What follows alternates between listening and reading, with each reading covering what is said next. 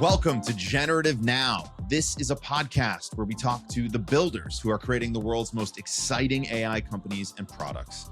We'll get their perspectives on how AI will impact the world we all live in today, right now, and in the future. I am your host, Michael Mignano. I'm a partner at Lightspeed, and we are a global venture capital firm backing bold founders with big ideas across the enterprise, consumer, fintech, and health sectors. And on this episode of Generative Now, we've got something special. Before we launched this podcast, we actually launched an in-person meetup, bringing together lots of people who were building AI products in cities like New York, Los Angeles, San Francisco, Paris, and a bunch more coming soon. And it was actually part of the inspiration for why we wanted to start this podcast. We wanted to be able to reach many, many more people and let them hear the stories of these builders, not just the people that were in these cities. And so, a few months ago, we had an awesome event with Scott Belsky. Scott is Adobe's Chief Strategy Officer and Executive Vice President of Design and Emerging Products. Adobe is obviously the company that for many decades now has been leading the charge on empowering creators and the generation of media, now including through AI and their product Firefly. So Scott's had a front row seat to everything that's been happening with generative AI over the past year. He's also been a prolific angel investor, having been one of the earliest investors in some of the greatest companies of this generation, including Uber, Pinterest, Carta, and many more. And in fact, he was one of the first investors in the company I co-founded, Anchor, for which I am forever grateful. Scott was a fantastic advisor to Anchor on things like product, scaling, go-to-market, and even selling our company to Spotify. I learned so much from him throughout the process, and so I'm confident you're going to learn a ton from him here in this conversation. So take a listen. So very excited to welcome Scott. Scott, please join us. That's good. All right. Thanks for coming, Scott. Oh, thanks for having me. Well, let's talk about AI, generative AI. That's what we're all here for. And like I said, I feel like you've had a front row seat. For me, sort of the aha moment, I think everyone had different kind of aha moments for AI, but for me, it was maybe 9 or 10 months ago when DALL-E 2 launched.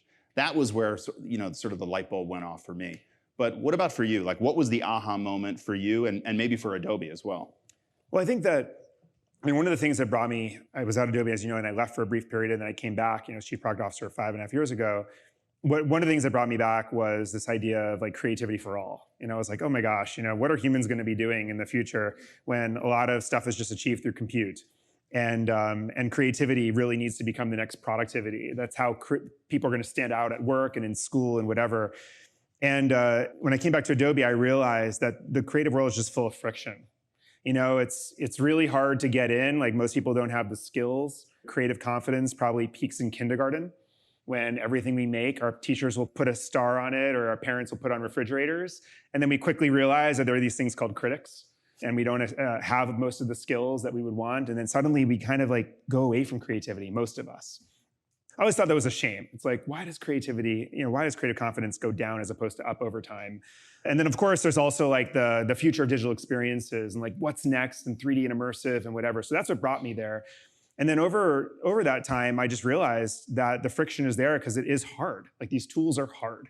And if you think about creativity as a box with the floor, kind of like pretty high, it's like hard to get in that box because of the skills and the capabilities and the expense of the tools, whatever.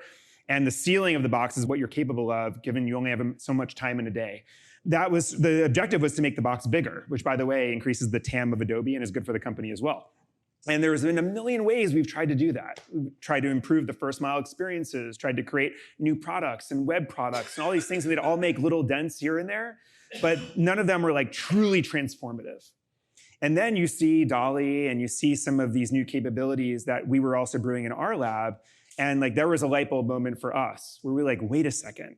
Like, simultaneously, this lowers the floor of the box. Suddenly people can just get in the box by just prompting something. You can start with something and just start to speak in natural language and make it into something in your mind's eye. That's like an amazing way to lower the floor of the box. And you raise the ceiling of the box because suddenly people who are illustrators who never knew how to animate could just like use generative AI to make an illustration animated. and you start to go down the rabbit hole of 3D and immersive. It used to be privy to people who knew physics and math, and now suddenly everyone can do it with prompts and with other capabilities that are made possible by algorithms. And so it was one of those moments where like the ceiling goes up, the floor goes down, the box gets bigger, and that's where we were like, okay, we have to be all in. Right. And did that sort of give birth to Firefly, or did that come later? Yeah. So Firefly, initially the first kind of white paper that I got was in 2019 from someone on my team that was supposed to be doing something completely different. But he's really smart, and he kind of said, like, this is a big deal. We got to invest in this. And I remember being like, that's really interesting, and also feels like really far away. So let's not fully invest in that yet, but let's keep it on the back burner and feed it a little bit. And it was over that time that some of these other milestones in the industry happened. Crucially, some of them were like open source. But I think that the sort of the tide went up, so to speak, and it elevated the potential of all these different companies, including us. So when does that, 2019, way before anyone is really thinking about this stuff, or before most people are thinking about this stuff, when does that turn into Firefly, which is now not only just a series of models, but it's a product, right? I mean, it's really a product. That's right. Well, like every company should make a very, very serious decision about what they're going to make themselves and what they're going to outsource, right? Yep. And at the time, I wasn't sure. I was like, are we going to be able to be market leaders in generative AI by doing it internally? Do we just need a partner?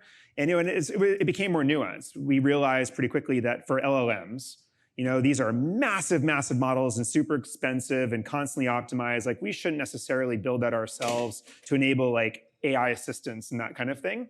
But when it came to imaging and video and 3D, as I did the inventory of the organization and the research organization and all the patents and everything else, became pretty clear, like, this is something that we can do the best in the world.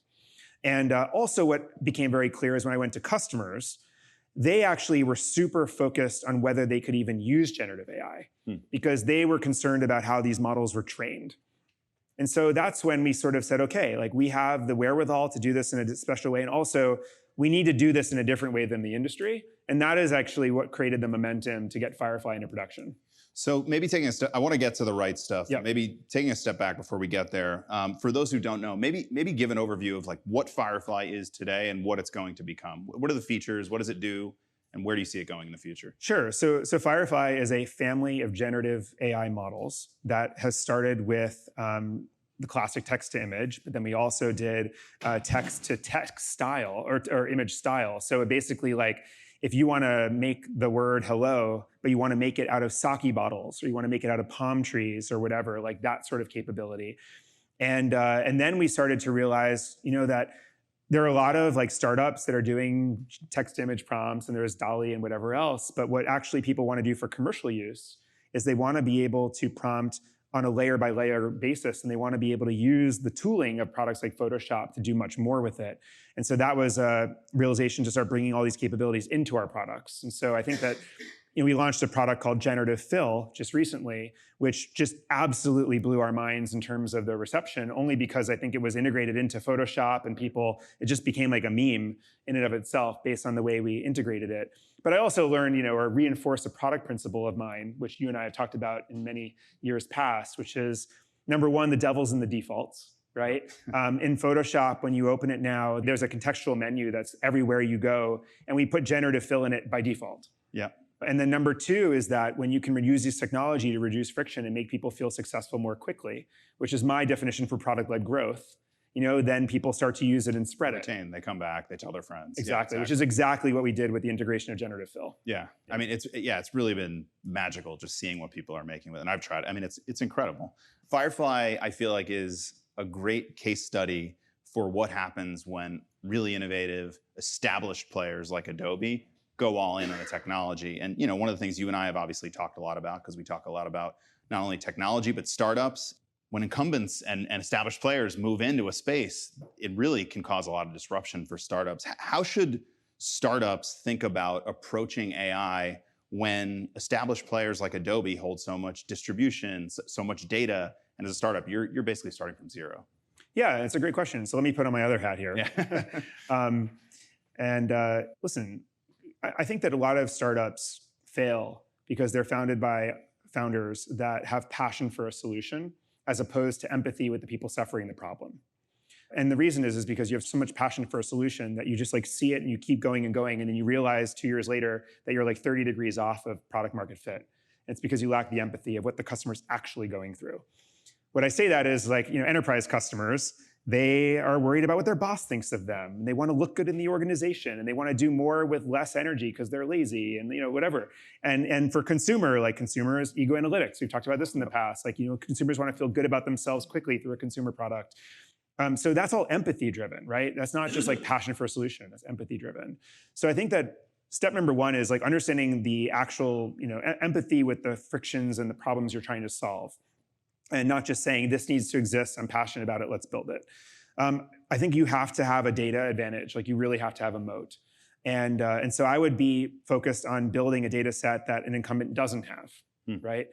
And I also think that on the interface, it's dangerous to compete based on interface innovation because it can be easily replicated. Stories, perfect example. Threads, threads, whatever, right? However, there's a disruptive interface approach too, which is you have such a orthogonal view of like how this world's going to evolve that you do it in such a way that like an organization like Adobe or someone else would have to like do somersaults backwards to be able to try to address that. Yep. And it's hard, and big companies are slow. Yep. Boggles my mind every day. Well, Adobe is obviously not the only big company going all in on AI. I think even just yesterday we saw news about Apple has Apple GPT or something coming soon. Obviously, we don't know what's going to happen with Apple, but for me, when I think about what they could do, it feels like it could be in the area of personalization. And this is something you've written and talked a lot about. You've talked about the personalization wave. Tell us a little bit about that and how it intersects with AI. Yeah, and I'm excited to talk about this because I feel like there aren't enough startups tackling this. I don't think any big companies are truly thinking about this in the right way. And I'll give you my pitch real quickly.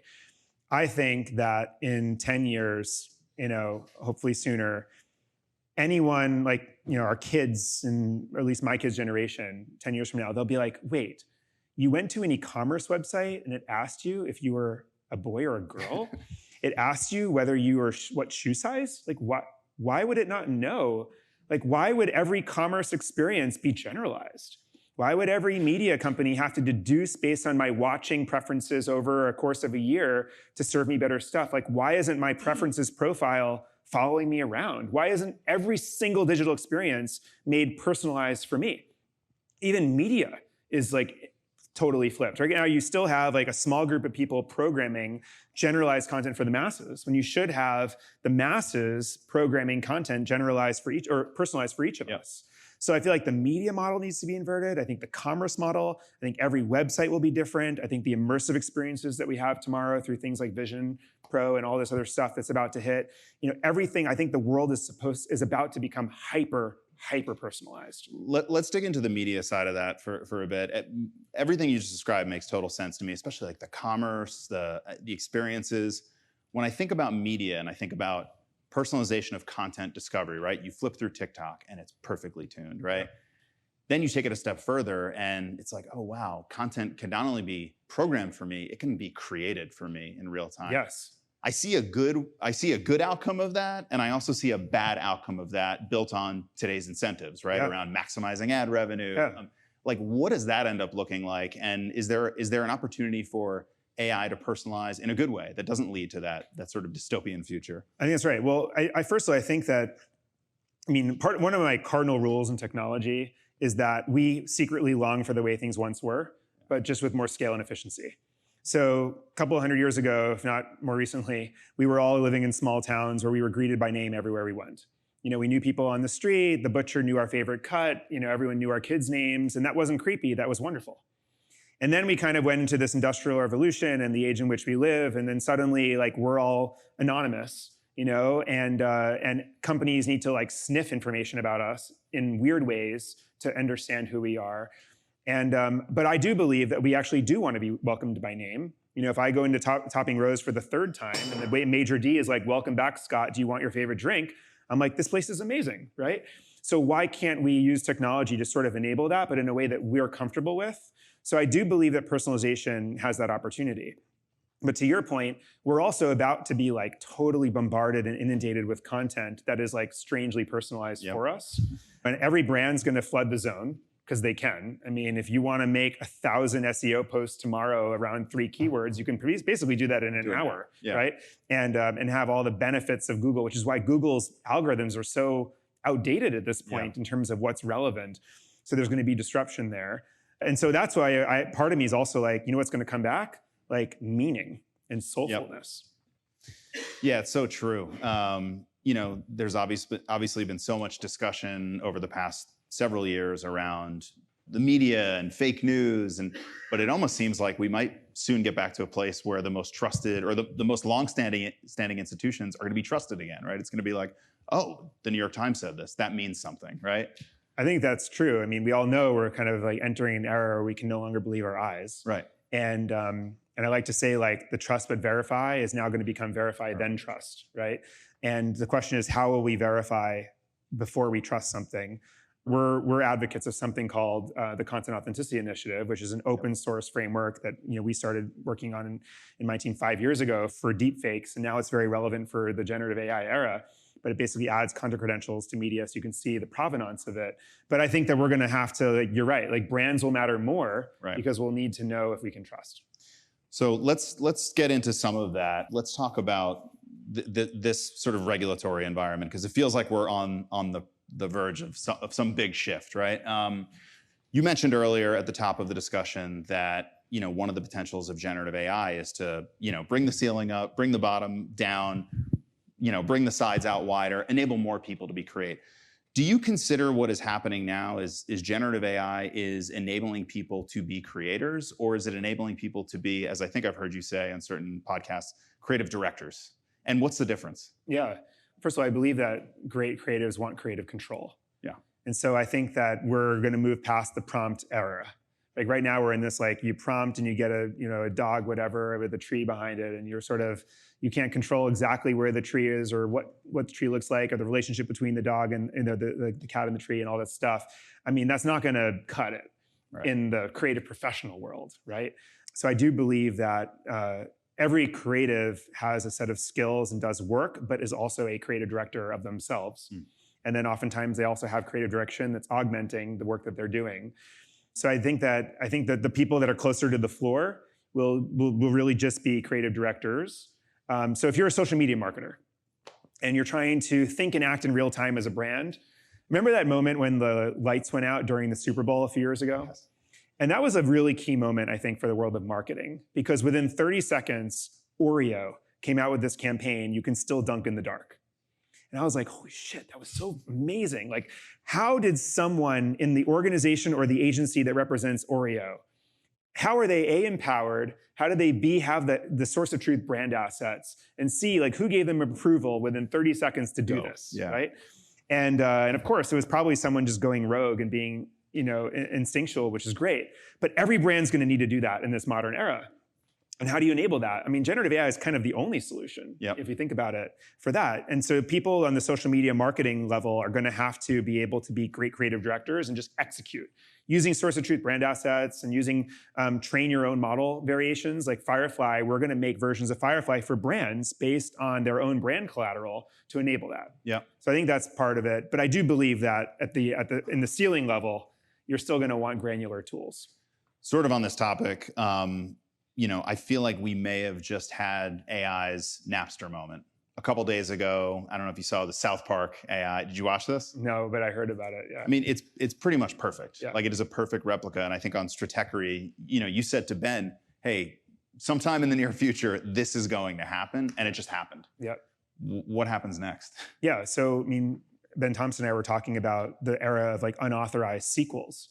Right. And the fact that anyone, I mean, there's so many implications for this. Like, when you train on any actor's likeness and voice, then you can basically write a screenplay and have the actors do everything you want them to do. And suddenly everyone's making unauthorized sequels of everything. And it's just like this Pandora's box opens. It's an IP nightmare. And at the same time, it's like super creative. So how do you reconcile this?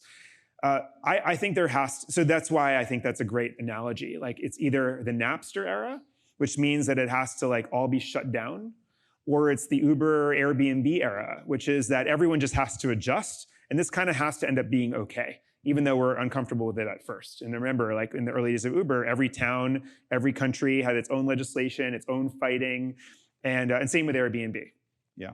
I think it's going to be more of the Napster approach. Like I actually do think that, because the only, and I'm not a lawyer, but one thing I've learned about IP law is that it's very focused on the economic detriment to whoever's IP you're violating. And so if I'm inspired by your style and I put it in my mood board and I make something that's sort of like it, that's typically fine. But if I literally use your voice and likeness and you're an actor or a voice actor or whatever, and then I put something out there that people use at the expense of buying your material or paying you to do your job, that's traditionally not fine. I can see how the latter example gets shut down. The former sounds complicated, right? So if you're inspired by me, do I get to participate in the commercialization of that in any way? And how does that happen? Yeah, I mean, part of me is inspired by your former company, Spotify, where they built an attribution model and a compensation model that at first, like, no artist was happy with. Right. But became like better than the alternative, And I wonder, in my mind, I'm thinking, well, why don't we let Behance members who have these amazing portfolios of like really unique styles train a model and then make that model licensable by other people as they make prompts in generative AI tools, and have them monetize even when they're sleeping. It's so funny because many decades ago there was a royalties infrastructure built for music where songwriters are now able to get paid no matter how big or small their contribution. It's a completely antiquated system, but in some way it almost feels like a model for what might come next with AI. Yeah, I think that's interesting, and I think the other thing to think about, I always go back to like that other product principle I've talked about before, which is at least in the first 30 seconds of our product experiences, but also especially in the enterprise, everyone's pretty lazy, vain, and selfish. Yep. That's kind of the truth for products. And so if you made it easier to use a great style in a licensed fashion, as opposed to going to some rogue Generative AI tool and using something and maybe having liability and not having it be smooth and clean, like people may actually just pay like they do with music because it's easier and it's legal and it's like straightforward, especially for enterprise use, and for commercial use. So I think there's an opportunity to build a marketplace. Let's get into the enterprise bit a little. Large language models in the workplace. How do you think this is going to transform the way we work, whether it be organizational design? I know you wrote recently about collapsing the talent stack, or improving communication and streamlining meetings. Where do you think it's going to have the biggest impact? Well, it's going to change everything in some ways. Yeah. But I also think that doesn't mean it's necessarily that they're all good businesses to invest in, right? These LLM, and Microsoft is integrating it into every point, right? I know Salesforce is now, and like others are just, you should be able to use any product in the world with natural language. Yeah. And if you look at what an assistant within a product can do, I sort of see it as a pyramid. It starts with helping you and answering your questions. And then a little bit higher up in the pyramid, it can actually do things for you. So in Photoshop, you can say, mask this, remove the background, and you can do it all with natural language. And then the top of the pyramid is it can actually suggest things to you. Like, hey, designer, that color does not actually perform well in that market. Or, based on your analytics data, you should actually move that 3 inches to the left. And you're like, really? What? Well, okay. So I think that LLMs will actually power a lot of that, coupled with the data that it's integrated in. And one of the things you mentioned is there are some parts of every day that are like really antiquated that LLMs can that startups have to make. Like one of them I'm passionate about, and hopefully one of you is building this, is management. Like I think most of us are bad managers. We don't know what to talk about in our one-on-ones. If you could have cues for each of your directs, what they're struggling with, whether they're actually hiring people using Glassdoor or not, whether they're, what their sentiment scores are. If you can have all this stuff analyzed by an LLM and presented to you during your one-on-one, would we all become more capable managers? Yeah. Like, stuff like that needs to be invented. So true. Talking about LLMs a bit, I don't know how much you're paying attention to sort of the big LLMs, the OpenAIs, Anthropics, et cetera. It feels like something is happening where it's getting easier to create an LLM. We're seeing them pop up all over the place. Has something changed? Like, will we now experience this very long tail of models, or do you feel like there's going to be this sort of oligopoly of the big three or the big four? How do you think about that? I'll tell you like one thing is how much long tail human tuning is happening under the hood that is making these LLMs performant. And actually, I think that's one of the things that the industry is not talking about because it's actually not technology, it's just work. Yeah. So I think there's a lot of fine tuning that's happening that makes these LLMs more capable, more like humanistic, and I think that stuff is really hard to compete with. Yeah. And by the way, that's another answer to your earlier question about startups. Like startups should be doing the things that are non-scalable that big companies would never do because it's non-scalable. Yep. My former colleague Bill Gurley always used to say like the best companies are remarkably unscalable in the beginning. And I think that's true in startups. Like that's often an advantage. Yeah, that advice you gave to me and Anchor when we were building our company, and it changed the company. We needed to distribute podcasts to Apple Podcasts, Spotify, all these places. There were no APIs. So we just hired a bunch of college students to do it manually, and it changed the company. Right. So it's funny because like no big company, nobody would do that. No big company would even know how to employ college students to do it. Like they would get lost in HR somewhere. I think at one point we had like 100 people doing this. That's really cool. Do things that don't scale. Yes. Awesome. Maybe to wrap things up before we let the audience ask some questions, outside of what Adobe is working on, what generative AI, and maybe the ones you already mentioned, what generative AI products do you want to see exist in the world? Yeah, I think so. We talked about the management one. Yep. I think that I think there's a debate I'm having in my head, and I'm curious what all of you think. But around this AI assistant, and like, will there be one or will there be many? And which also then, at another layer of the stack, means will there be one LLM or many highly specialized LLMs with a lot of that non-scalable human tuning for individual use cases? And I'm actually starting to think the latter. Yeah. Originally, I was like, oh my God, OpenAI or whoever's going to win this whole thing, and we'll all be working for them one day and be cogs in a system. But I actually think that that's not true anymore.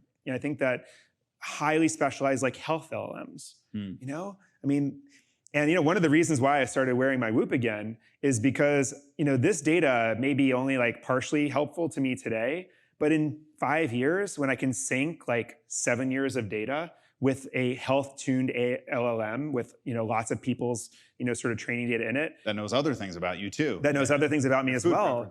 Yeah. I mean, we're going to start getting patterns about our own daily activities and health that we never even imagined. Yeah. And so I think that we should all start collecting some of the data now so that we can kind of leverage it when technology catches up. That's awesome. That's so smart. Well, let's go to the audience. I know there are people in the audience that have questions. I think we have microphones that are going to be running around. Looks like we have a question up here. Hi. I'm Mansoor. I'm the founder and CEO of Beethoven AI. We are a generative music tool for background music for videos and podcasts. My question is specifically around the attribution bit that you spoke about. The technology where it stands today, it's not able to attribute, in LLMs. And till we are not able to do that, artists are not going to get compensated. So what's your opinion about how far away are we from that reality? No, it's a great question because there's two ways this works, right? Well, three ways. One, which is there's no attribution and no payment for anyone, and it's all hell breaks loose. So we'll put that aside for now. And the two other options are there is a model, somehow, some way, some new technology to figure out what training data influence what outcome and what weight, and then sort of distribute in some way, which I haven't seen a solution to your point yet. But then there's the more, call it somewhat arbitrary way of saying, hey, if you're included in this training data set, we are going to give you some percentage of compensation, maybe based on another factor or signal. Like, so for example, in a stock marketplace with 250 million stock assets, if I train Firefly off of that, which we did, how do we compensate? Maybe we could look at signals like, well, let's see how the stock sells in a normal way. Because if red fire trucks get way more, purchases than, black cats, then maybe if someone prompts something with fire truck in it, they might get more than if someone prompts something with black cats. So there's some ways of doing that I think a lot of people in the industry are exploring. But I think it's a great opportunity for startups to also figure out. Hi, I'm Rutvij. I work at the NBA. I'm going to ask an enterprise question, so sorry for all the early stage people here. Wait, at the NBA? Like the NBA? Yeah, Cool. Yeah. All right. How do you empower the people across your org in a big org to use AI on a day-to-day basis? Like something that not a lot of people are familiar with in, a legacy company? So this is a great question. I was speaking to a team at L'Oreal the other day, and my friend in the back who runs the sound was there. So, this was the same question, and I was thinking about it. I think there's, and I don't know, maybe because I got an MBA, I'll use the 4 Ps, but you gotta have your team be able to play, right? So play would be number 1. Novelty precedes utility. So unless your team has some permission to start to play with this technology for non-commercial ways, like they're not going to discover ways that they didn't intend to use it circumstantially. So play, right? The second one is you have to kind of protect the ability for people to use this stuff and start to play with it without being punished. And so there needs to be some allowance. And legal departments can say you can use it for this, but not for that. Sometimes it's an incubation zone. You have a small team. You say you guys are allowed to play with it. No one else is. And by the way, legal person, keep an eye on them. There's ways to protect. The third is pilot. You got to find a project to pilot it with. And the teams that I've seen lean in the brands, they pick one brand or one region or one campaign, and they're like, we're going to use generative AI for this. So the people that I'm protecting over there that are playing, this is your pilot project. 4th P is provoke. Like you've got to be able to have a culture where you can ask those tough questions, and you have to challenge people to think not just about what can go right, but also what can go wrong. Like people should be asking, well, how is this model trained? Are we going to get screwed in the backside when someone knows this is generative AI and asks what model it is, and we have to say that we didn't know if it was commercially viable? Like you have to have a provocative sort of atmosphere, because otherwise you might stumble, So I think those are like the 4 Ps I'd have in mind. Hi, I'm Richard. I'm building a company called Sally. And Sally is a personalized career coach that helps people master AI-proof skills for the future. My question to you is, how do you see background agents particularly working in the future, interfacing with LLMs? Because we could have LLMs be the interface which people talk about, but then you could also have background agents in the background that's actually helping get people to a particular goal. Yeah, and it's a good question, because I think about, when people talk about the fears of AI and like how it's going to destroy us all and whatever else, I mean, my biggest concern is just like scams and spam and like all this stuff. And I think we're going to need AI to protect us from AI. So you're going to need AI. You're going to need an agent that's sort of on your behalf, sort of saying to you, don't take that call. Or no, don't click that link. Like you need to have an agent that is working on your behalf. And so you also need to have agents that broker what data about you can be shared with other entities to enable these personalized experiences we're talking about, or to enable a great career guidance session or whatever else. So I'm very excited about these background agents, if you will, we'll call them that work on your behalf to determine what information about you can be shared at a given time, and also what the contract is for that data. I can imagine every time I walk into a restaurant, my background agent says, it's important and it's okay to share that Scott's a vegetarian, that Scott this, that he doesn't like this, he's allergic to that his wife's name is this, kid's name is that. But all of that information must expire in 2 hours. And so for that experience, everything is hyper-personalized. And then when I leave, it's gone. And my agent makes sure it's gone because there was a contract that was made. So that has to happen. Otherwise, I think it's going to be a bit of a free-for-all. I'm Max. I'm the co-founder of Saturn. It's a social network for high school that's built around the calendar. I was really intrigued by the example you guys kind of quickly discussed, which is walking in here and being greeted by someone saying, "Can I offer you your favorite beverage?" And the Whoop example, building on what do you eat and your food preferences. But in order to build on those experiences, a lot of companies would rely on a bunch of other companies' data. How do you think that's going to play out? Are there going to be one-off partnerships? Is there a marketplace? Is there some kind of new layer?